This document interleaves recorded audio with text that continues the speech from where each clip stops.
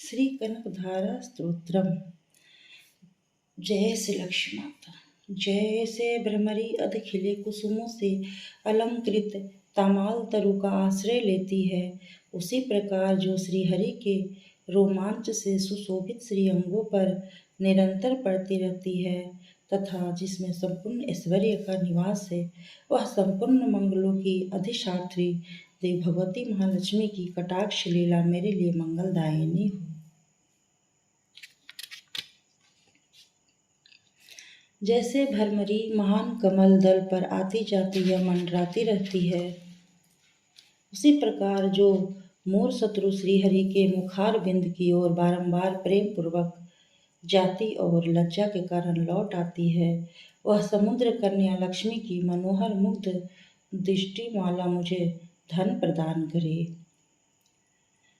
जो संपूर्ण देवताओं के अधिपति इंद्र के पद का वैभव विलास देने में समर्थ है, मुरारी श्रीहरि को भी अधिकाधिक आनंद प्रदान करने वाली है तथा नीलकमल के भीतरी भाग के समान मनोहर जान पड़ती है, वह लक्ष्मी जी के अधखुले नयनों की दृष्टि क्षण भर के लिए मुझ पर भी थोड़ी सी अवश्य पड़े। शेष सही भगवान विष्णु की धर्मपत्नी श्री लक्ष्मी जी का नेत्र हमें ऐश्वर्य प्रदान करने वाला हो, जिसकी पुतली तथा बरौनिया अनंग के वशीभूत प्रेम परवश के अधखुले किंतु साथ ही निर्निमेष नयनों से देखने वाले आनंद कंद श्री मुकुंद को अपने निकट पाकर कुछ तिरछी हो जाती है। जो भगवान मधुसूदन के कौस्तुभ मणि मंडित वक्ष स्थल में इंद्रनीलमयी हारावली सी सुशोभित होती है तथा उनके भी मन में काम प्रेम का संचार करने वाली है, वह कमल कुंजवासिनी कमला की कटाक्ष धारा मेरा कल्याण करे। जैसे मेघों की घटा में बिजली चमकती है, उसी प्रकार जो कैटभ शत्रु श्री विष्णु के काली मेघ मला के समान श्याम सुंदर वक्ष स्थल पर प्रकाशित होती है, जिन्होंने अपने आविर्भाव से भृगुवंश की आनंदित किया है तथा जो समस्त लोगों को जननी है, उन भगवती लक्ष्मी जी पूजनीया मूर्ति मुझे कल्याण प्रदान करे। समुद्र कन्या कमला की वह मंद अलस मंथर और अर्धोन्मिलित दृष्टि, जिसके प्रभाव से कामदेव ने मंगलमय भगवान मधुसूदन के हृदय में प्रथम बार स्थान प्राप्त किया तथा यहाँ मुझ पर पड़े। भगवान नारायण की प्रेयसी लक्ष्मी का नेत्र रूपी मेघ दया रूपी अनुकूल पवन से प्रेरित हो दुष्कर्म रूपी घाम को चिरकाल के लिए दूर हटाकर विषाद में पड़े हुए मुझ दीन रूपी चातक पोत पर धन रूपी जलधारा की वृष्टि करे। विशिष्ट बुद्धि वाले मनुष्य जिनके प्रीति पात्र होकर उनकी दया दृष्टि के प्रभाव से स्वर्ग पद को सहज ही प्राप्त कर लेते हैं, उन्हीं पद्मा की वह विकसित कमल गर्भ के समान कांतिमती दृष्टि मुझे मनवांछित पुष्टि प्रदान करे।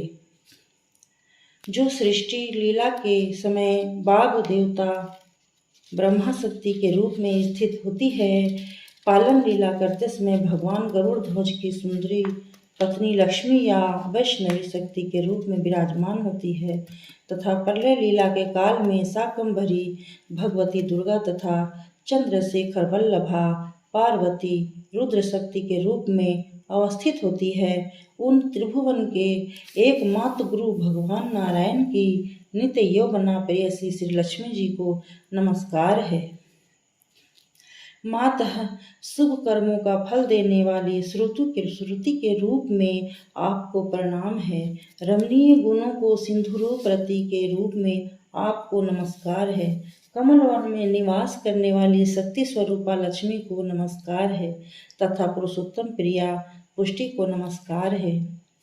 कमल वंदना कमला को नमस्कार है। क्षीर सिंधु संभूता श्री देवी को नमस्कार है। चंद्रमा और सुधा की सगी बहन को नमस्कार है।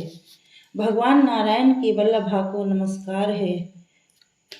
कमल सदृश नेत्रों वाली माननीया माँ, आपके चरणों में की हुई वंदना। संपत्ति प्रदान करने वाली, संपूर्ण इंद्रियों को आनंद देने वाली, साम्राज्य देने में समर्थ और सारे पापों को हर लेने के लिए सर्वथा दत्त है। वह सदा मुझे ही अवलंबन करे, मुझे ही आपकी चरण वंदना का शुभ अवसर सदा प्राप्त होता रहे। जिनकी कृपा कटाक्ष के लिए की हुई उपासना उपासक के लिए संपूर्ण मनोरथों और संपत्तियों का विस्तार करती है, श्री हरि की हृदयेश्वरी उन्हीं आप लक्ष्मी देवी का मैं मन, वाणी और शरीर से भजन करती हूँ। भगवती हरि प्रिय, तुम कमल वन में निवास करने वाली हो। तुम्हारे हाथों में लीला कमल सुशोभित है। तुम अत्यंत उज्जवल वस्त्र, गंध और माला आदि से शोभा पा रही हो। तुम्हारी झांकी बड़ी मनोरम है। त्रिभुवन का ऐश्वर्य प्रदान करने वाली देवी, मुझ पर प्रसन्न हो जाओ। दिग्गजों द्वारा स्वर्ण कलश के मुख से गिराए गए आकाश गंगा के निर्मल एवं मनोहर जल से जिनके श्रीअंगों का अभिषेक स्नान कार्य संपादित होता है, संपूर्ण लोकों के अधीश्वर भगवान विष्णु की गृहिणी और क्षीर सागर की पुत्री उन जगजननी लक्ष्मी को मैं प्रातः काल प्रणाम करती हूँ। कमल नयन केशव की कमनीय कामनी कमले, मैं अंकिंचन दीनहीन मनुष्यों में अगण्य हूँ, अतएव तुम्हारी कृपा का स्वाभाविक पात्र हूँ। तुम उमड़ती हुई करुणा की बाढ़ की तरह तरंगों के समान कटाक्ष द्वारा मेरी ओर देखो। जो लोग इन स्तुतियों द्वारा प्रतिदिन वेद त्रयी स्वरूपा त्रिभुवन जननी भगवती लक्ष्मी की स्तुति करते हैं, वे इस भूतल पर महान गुणवान और अत्यंत सौभाग्यशाली होते हैं तथा विद्वान पुरुष भी उनके मन भावन जानने के लिए उत्सुक रहते हैं। इति श्रीमन्चक्राचार्य विरचितं कनकधारा स्तोत्रं सम्पूर्णम्।